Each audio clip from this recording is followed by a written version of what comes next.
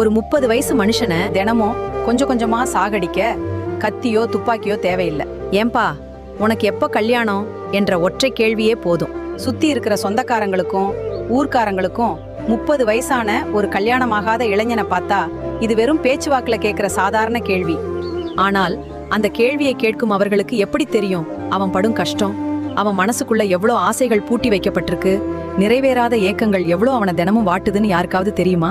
அவனுக்கும் ஆசைகள் உண்டு, வானத்தை அளக்க வேண்டும் என்ற கனவுகள் உண்டு, தனக்கான விருப்பங்கள் உண்டு. ஆனால் அதையெல்லாம் தன் மனதின் இருட்டு மூளைக்குள் மறைத்து வைத்துவிட்டு தன் குடும்பம் நல்லா இருக்கணும், தங்கச்சிக்கு கல்யாணம் பண்ணணும், அப்பா கடனை அடைக்கணும்னு ஒவ்வொரு நாளும் தன் குடும்பத்தின் நலனுக்காக மாடாக உழைத்து ஓடிக்கொண்டிருக்கு. அவன் யாரிடமும் தன் கஷ்டத்தை சொல்லாமல் அமைதியாக இருக்கிறான் என்று நினைக்க வேண்டாம். அவனது சில மௌனங்களுக்கு பின்னால் சொல்ல முடியாத எத்தனையோ வழிகள் ஒளிந்திருக்கின்றன. நீங்கள் பார்க்கும் அந்த சாதாரண புன்னகைக்கு பின்னால் தன் வாழ்க்கையையே தொலைத்த மாபெரும்